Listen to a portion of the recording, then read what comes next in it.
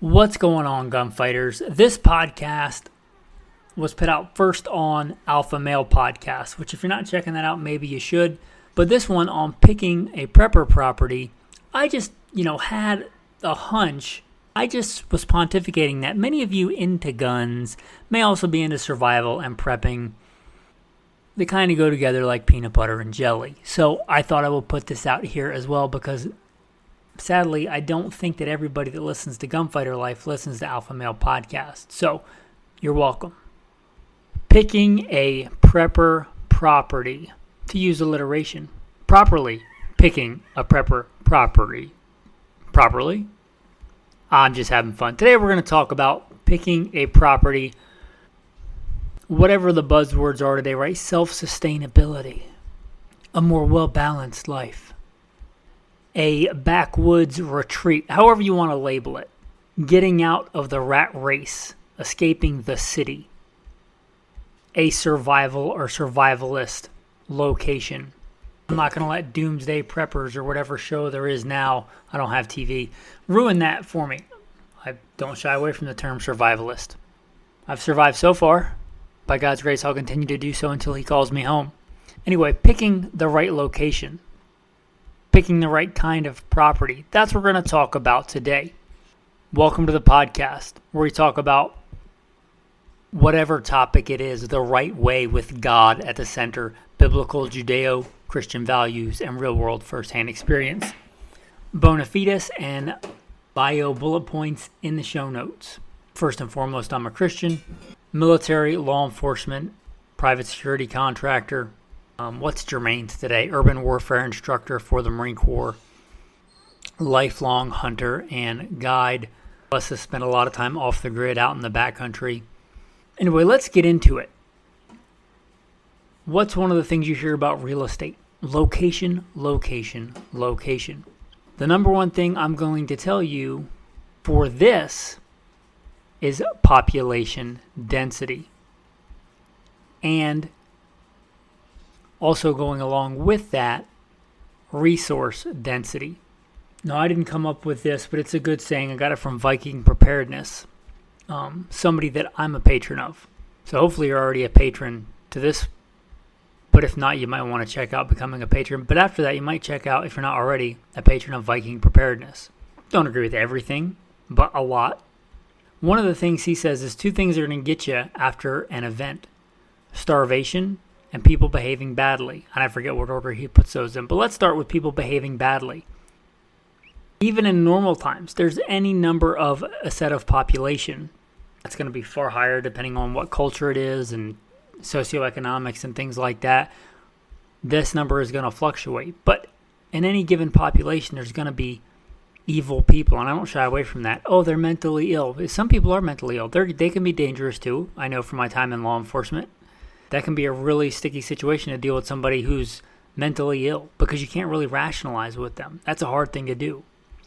But there are some people that are just straight up evil that you can't rationalize with them either. They want to hurt you. They want to take what you have and or kill you or use you without your consent or your wife or your daughter or whomever. There are those people. And the more people there are around, the more of those people there are around. And that's just the truth that a lot of people like to bury their head in the sand and pretend is not true, but it is. Population density matters. Some people are just kept in check because of fear of retribution of the state. Okay, but when that fear goes away, when that baseline for the state punishment is no longer there, what happens to those people? They've always wanted to act a certain way, but they've kept it in check, but now they think, I don't have to. How many is that? I don't know, but it's a lot higher where there's more people. Also, this is going to tie into the second one, but scarcity of resources. A lot of people that would normally never consider something if they're starving, if you've been hungry. I don't just mean like you missed breakfast. I mean you've been really hungry. Starvation. And if you're interested in this topic, a book that I highly recommend is Survival Theory 2.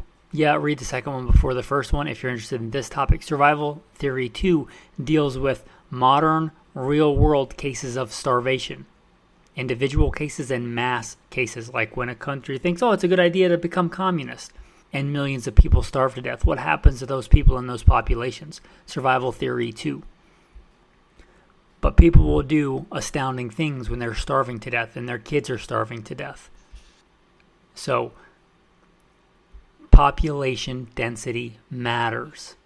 You need to get away from population densities. I think we have a skewed idea of just how packed like sardines a lot of the modern world is, because we think, oh, New York, that's a big city. Oh, L.A., it's a big city. And I agree, they are big cities. But look at the city where, if you live in a city or a suburb, look at the population of that city and think of this number. We think of like big cities in times of yore in the Middle Ages. The population of London in the high Middle Ages, 80,000 to 100,000, which was 3 times the size of the next largest city in England. What's the population of Nashville? That's Tennessee. That's country. Okay. Estimated at 700 and, well, let's just say a little over 700,000 people. The Nashville metro area has 2.15 million people in Nashville. Not picking on Nashville. I just because a lot of people think, oh, that's a small city. It's the country. It's Nashville. It's a giant city compared to most of human history. And if we look at, we go back to London in the Middle Ages. What happened in London in the Middle Ages? Right around 1350 something.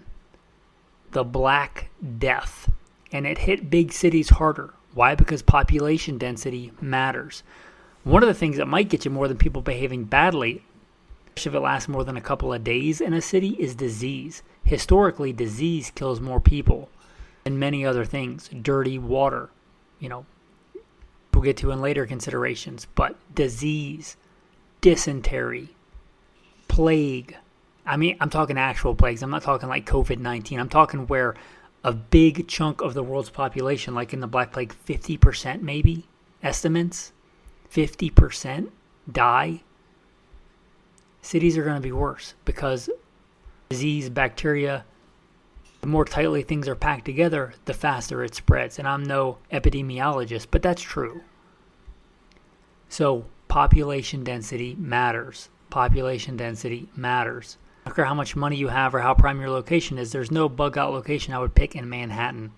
There's honestly very few places that I would pick east of the Mississippi River. And I would say personally the Missouri River, but that's just me. I like the West. Somebody grew up on the East Coast and came out, left home, joined the Marine Corps when I was 17. Every time I go back there, I'm like, man, it's like sardines just packed in here. Yeah, and I've been all up and down it. But population density matters. Now let's talk about resources. A big one being water. Water is a big consideration. One of the guys, when I put this up, because this was one of the ideas I put up regularly on Patreon that you can vote on and see what kind of topics you guys want to hear about. One of the guys said, on the prepper property, what should I consider in the Southwest? Please don't say water. Of course, water everywhere, but especially the Southwest, where if you live in Florida, you still need to consider fresh drinkable water in a grid down scenario, because if the grid is down, you turn on your faucet, ain't no water coming out. How can you get potable water in a long-term disaster without power? Because running your generator or run a well pump is not a long-term solution. Boiling water is not a long-term solution. It's an emergency acute solution. But if you know how much, if you do that regularly, live in the bush, you have any idea how much energy it takes to gather enough fuel to boil a gallon of water? It's a lot. You ain't doing that in suburbia. I mean, you might do it short term for a couple of days, but you're not doing it long term. You need access to fresh potable water, especially in the Southwest. And I've lived, and I love the Southwest. I love Arizona. I like New Mexico, if it wasn't for the crime. But landscape-wise, I like it. I spent a big chunk of my life in Nevada, in the Mojave Deserts, teaching desert warfare and urban warfare. Water is life out there. I would plan my backcountry excursions, living off the grid in the Southwest, around water. Like, I wouldn't plan a trip because I can't carry enough water on me to not die. You need to consider water. everywhere. But again, like Florida, you could probably buy a piece of property and hand dig a well and get fresh water in most places.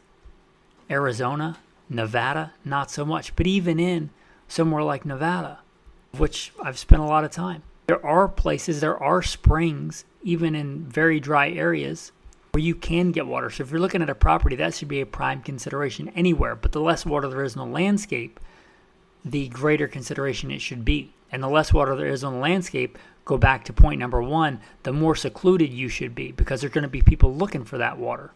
But there are places, even in very arid climates, like Las Vegas.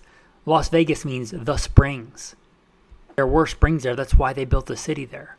It's not a place I'd want to be post-disaster right now. But that's why people settled it in the first place. There were springs there. If you look close to Vegas, Farragut, there's water there. Laval Canyon, there's water there. Water is very important. You can store water. You can get big storage tanks, livestock storage tanks, and store water. But in a disaster, if it's a short-term disaster, okay. But as soon as you start consuming that water at a greater rate than it's falling, or then you can collect it, you're starting a stopwatch to your dehydration, which leads to death. So yes, store water, store clean, storable water, especially in your primary location. But if you're picking a prepper property, water should be a major concern. Resources of food. Now, a lot of people don't hunt. A lot of people, you couldn't hunt your way out of a wet paper bag. And I'm here to tell you, for most people east of the Mississippi, it's a pipe dream to think that you're going to hunt deer to feed yourself in the apocalypse, maybe for a week or two. But I've used this illustration before, forgive me if you've heard it, but during the Depression, east of the Mississippi, deer were hunted almost to extinction, white-tailed deer. Even growing up, and I grew up in the South in the 80s and 90s, it was rare to see deer. Now they're everywhere, and people think, oh, they'll just always be everywhere, but they won't. Like 5% of the U.S. population hunts, and they do it with very strict regulations. It's gotten better in some places. You can get multiple deer. That's hunting them and only hunting mature males generally, or mature females a few months out of the year, maybe a few weeks out of the year, usually a few weeks out of the year. What do you think happens when people are doing that for food? I don't know. I know how much red meat, because my wife and I try to live a lot off game, elk and deer and fish and birds and things like that. But I don't have a good idea for how much we go through because we eat other food. But I know a mountain lion, which weighs about the same, which lives almost exclusively on deer, they eat like 50-something deer a year per mountain lion. Look at how many millions of people are east of the Mississippi and how many deer there are. They won't be there very long if people are actually starving to death. But resources. What are those resources? It can include megafauna like deer, but also small game. Waterfowl is a good one, a good source of healthy fat. That's probably a lot more sustainable. Land that produces things like nut trees, berry trees, there and in the surrounding area if it's uninhabited land. Things like blackberries. Where I'm at, camas is a big thing. Camas is like a native tuber that is a high-calorie food that's to sustain the natives, which I like to go out and harvest. But you need to know that, and you need to know what's available in your area. Going back to the Southwest, there's actually, in the Southwest, in a lot of places, going back to the Southwest, the Mojave, the Great Basin, the Sonoran, there's actually quite a bit of food there if you have the water, because there's such vast tracts of land. Harvesting things like agave, which I've done, or yucca fruit when it's out. Because there's so much land, food may be not an issue if you know how to harvest it, but water is your primary issue. Some places, water might be kind of a given. There's rivers, streams everywhere. When I lived in New Hampshire, it's hard to not find fresh water. The rainforest of northern Idaho, water everywhere. So much so they plant there without irrigation. But food could be an issue. But resources, you need to think about that. Like, what if there are no stores? Or what if going to the store is more likely to get me killed than save me? Resources. A big one for that, if you live in any kind of cold climate, is heat. Forget about AC. You can live without AC. I don't have AC. I have it in my truck. Don't have it in my house. You can live without AC. I've lived in some of the nastiest deserts in the world. Hot climates. From Iraq to the Mojave Desert to the Sonoran Desert without AC. You can live without AC. Very much more difficult to live without heat, especially in a harsh climate like Montana, Idaho. Heat is important. Resources for heat. Population density and resources. And on that population density, going back to that, I would look at being more than a half a tank of gas away from any city. Let's say we're more than 100,000 people. So draw a line and try and get outside that. And a lot of places that's going to be tough. But why do I say half a tank? I kind of have a rule that my wife and I keep our gas tanks above half a tank. However, most people don't. Being half a gas tank away from any kind of large population over 100,000 people is going to really reduce the amount of people that get there. Being inside that, I think, this is pie in the sky theory, but inside of that, a couple hundred miles is going to greatly increase the amount of people that can walk there, that can drive there on the gas that they have if something major happens. If they run out of gas, they started with, let's say, right around half a tank, where are they going to end up? If you can be outside of that, or especially off a major corridor, because most people are going to go routes that they already know. You can be tucked away in a corner off any kind of major road, major highway, paved road, that also. So proximity to population density. You might think, I live out in the country, and there's like a Family Dollar down the road on the corner, and then within 100 miles, you're in a population density of over 100,000 people. You're not really that far away. So you should consider that as well, proximity. So again, location. Location away from people and a location with resources. Now, you may not necessarily want to be out in the middle of nowhere because community is important. Are your neighbors like-minded? Are they fairly self-sufficient? So things to consider. Things to consider for practical reasons for most modern people. Your location should be able to function without the grid. You should be able to live fine without the grid. I routinely live without the grid. Not a big deal. But you probably want grid. Getting grid hooked up, getting power hooked up can be quite expensive if it's not already. Getting a well drilled can be quite expensive if you don't have one already. Finding a location with those might be very important. Also today, for modern stuff, right, I'm going to put this out on the internet. Having internet access, which with Starlink has become a lot more attainable to many places. My wife works from home. When we picked our location, it needed to be able to have internet. She works from home. So that was important. That might be important to you as well. On the location, I would say a defensible property, a reasonably defensible property. Now, if you get enough people, if you get enough, angry hordes of people, they're going to overrun your location. You should always have a fallback location. However, a reasonably defensible position. And you probably don't want property, even if it's out in the country, right on the side of a highway or within sight of a highway. That'd be a bad defensible position. You might think about elevation, having the high ground. That might be important to you. Climate may be important to you. Some places just have really, really harsh climates. You may or may not want to deal with that. For instance, I do okay, 110, 120 degrees. It's not my favorite, but I can deal with it. I can even go out and train in it. You may not. Or somebody in your family may not be able to deal with that extreme. In which case, somewhere like, coastal Oregon may be a better bet. Because it's a mild climate. Doesn't get super cold, doesn't get super hot. Very low population density. The only real major metro area there is, maybe there's two. Maybe there's Salem and Portland. But it's a big state, and those are the only two. So, weather extremes, climate, those may be a consideration. This is already going long, and there's many other considerations, but I'm going to start talking about transitioning into my wife and I. If you don't know, if you don't normally listen, we were blessed very recently. We lived as nomads. I lived as nomad with a few interruptions pretty much since I was 17. Now in my 40s, you do the math. Lived all over, from Florida to Alaska. Lived as a nomad. Bible and a gun, will travel, God takes care of me. But we're getting to that point in life. My wife and I have been married. She lived as a nomad with me. Once we got married for 4 or 5 years, let's say 5 years, lived as a nomad, traveling all over the country together, seeing where we both wanted to live. And by God's grace, we both have a favorite state. And that's where we live now. And I'm not going to be too specific, but it's, let's say, the greater Yellowstone area. Wyoming, Idaho, Montana. We both love it here. So we picked a property after looking for quite a while. And I'll tell you one of the reasons we picked this property One, location. I work as a private security contractor, which means I need to have access to a lot of the contracts have to deal with capital cities for reasons I won't get into. But most capital cities are places I would never ever want to live around. But some capital cities, especially in the western states, they're not too bad. I wanted to live within driving distance, commuting distance of such a city, but out off a major highway in an area without people. So that was important to me. Location.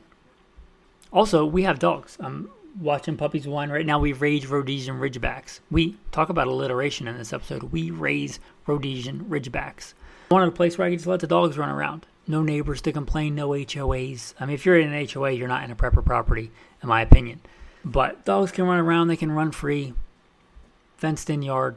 Also very important to me, getting back to resources, I love to hunt. I love to hike, I love to be out in the bush. I wanted access to public land. And if you're from the East Coast, you may not be familiar with like public land like BLM. When I say BLM, you may think of Black Lives Matter, which again, another indication maybe you're in the wrong place. But I'm talking about Bureau of Land Management. Just behind my house, millions and millions of acres. To give you an idea, I hiked the other day for a ruck. Went from behind my house to the nearest road on national forest land. It took me 10 hours. And I'm talking about like a dirt road. Like a dirt logging road. A road you could drive on. 10 hours, to give you an idea. And that's just scratching the surface. That's just a little baby part of the map. And just that one part of national forest is 2 million acres, which connects to more wilderness area and more national forest area. I want access to those resources. So access to public land for me was a giant one. Also, my wife works from home. She needed access to internet. Being on the grid was not super important to us, but we found one that was on the grid. It would kind of be a pain in the butt to have a battery bank and run the generator for her to work all day. We lived off the grid for quite a while, and it is doable, and you still have access to internet. And the grid is a sliding scale, right? But you get the idea. Internet was important to her. We have internet. Also, getting back to water. Water was important to me. We have on this property 3 water sources. We have access and water rights, which is a thing out west, to a creek above the house, which is gravity fed, which no matter what, I shouldn't say no matter what, but pretty much any time, even without power, we can get gravity fed pressurized water. That was important to me. The property also has a well. Now, we're in the mountains, so it's a deep well. It's not going to do much good if there's no power. But we were blessed to find property, by God's grace, on a creek that flows year-round with fresh, clean, drinkable water with fish in it. Trout in it, out of the mountains. So we have 3 good water sources. Now, the water in the lower creek, I'd still filter it. We have a Berkey. I know how to make water filters. Right, so, but 3 sources of water, redundancy there. I wouldn't want just a source of water, right? A well is good, but I would want more than one source of water. We have more than one. We have 3 sources of water on this property, not including if we store any, or not including the long winters here, which are the ground's covered in snow, so water's really not an issue. Because you have the energy to boil it, which we probably would. Also, we were blessed to find a property with a cave in the back of the house. Part of the house is dug into the side of a mountain, which means in an emergency, even if we can't have heat, going back to resources, the back of that house should stay around 54 degrees. In the summer, in the winter, it's not the greatest temperature, but we could survive without heat because it's literally built into the side of a mountain. It goes back a long way into the mountainside. When it's hot outside, it's cool back there. When it's cold outside, it's much warmer back there. 54 degrees, not my favorite. I'm more of a hot weather guy, but I can survive in it. So there's that. Also important to me, a house with a chimney so I can have a wood stove because, again, resources and heat, and land with timber. I'd like to keep most of the timber on the land so that in an emergency I can cut it and it's already on the land, and having food stacked and stored is important. But like if all you have is heat that requires the grid, what happens when there is no grid? You're gonna build a fire in your house and die of carbon monoxide poisoning. So again, resources. That was important to us, especially in this cold climate. I don't like the cold, but what I love is freedom and the freedom of being out west in giant chunks of public land and water and great hunting. I love the Southwest, but try drawing an elk tag in Arizona or, Nevada. I don't even think I drew a deer tag the entire time I lived in Nevada, or California for that matter. So, yeah, I love hunting. I love foraging, fishing. The Greater Yellowstone is way better for that as far as resources go. One of the few places I think you could actually hunt and make a good go of it, because the population density is so low and the game density is so high. Getting back to that access to public land. Getting back to that defensible position I mentioned, we are in an elevated position. There's the road that comes in is far below us, and we can hear a long way off anybody coming up that road, anybody coming down that road, and we are well elevated. We have a good defensible position. Again, not for everything, right? It could get overrun, but at least we'd have time and we'd have opportunity to get out. And again, we have access to just 2 million acres behind the house, abutting to more wilderness area with no roads. So that was important to me. Also important to me, getting back to resources, our property has fruit and nut trees. I don't think the nuts are producing this year. We have more pears than we've been able to pick. We had plums that came and went so fast we didn't get to harvest many of them, but plums, pears, apples, thimbleberries, which are my wife's favorite, service berries, and that behind the house is just a ton of elderberries and cherries all over the place, more than I could pick. That was important. Now, even getting population statistics in the county that I live in is rather hard because there are so few, but depending on what part of the county, between 2 and 6 or between 2 and 12 people per square mile. As of 2020, the nearest city to me had a population of 466. That's about 18 miles away. Again, population density is important.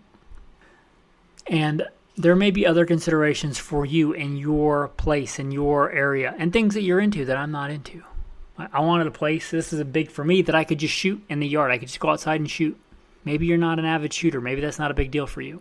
For me, I like being able to walk outside and shoot. I like hearing what few neighbors there are anywhere around this valley. I like to hear them shoot too. Like-minded people. I like to see their dogs roaming around every once in a while, because I like my dog to be able to roam around every once in a while. But here's another big thing. Unless it's just a retreat property, which I'm living on by God's grace, our property, it should be somewhere you enjoy being in general, because you should want to live a good life whether there's a major disaster or not. You should like the area where you are. Tying into that for us is a good church. That one little city that I mentioned that's nearby, it actually has a really nice church. That's important to me. What's important to you may differ from what's important to me. Anyway, guys, I appreciate you guys. Hopefully this was thought-provoking. We are very blessed by God to get this property after many, many years of living as nomads, which you also enjoyed, which is also a blessing. I would encourage you guys to pray about what's best for your situation and what you should do. Now, the verse that I'm going to read you, I read this morning, and it's sticking out to me in my head. It's from 2 Corinthians. I will dwell in them and walk among them. I will be their God, and they shall be my people. Therefore, come out from among them and be separate, says the Lord. Do not touch what is unclean, and I will receive you. I will be a father to you, and you shall be my sons and daughters, says the Lord Almighty. Men, thanks for listening, and have a blessed day.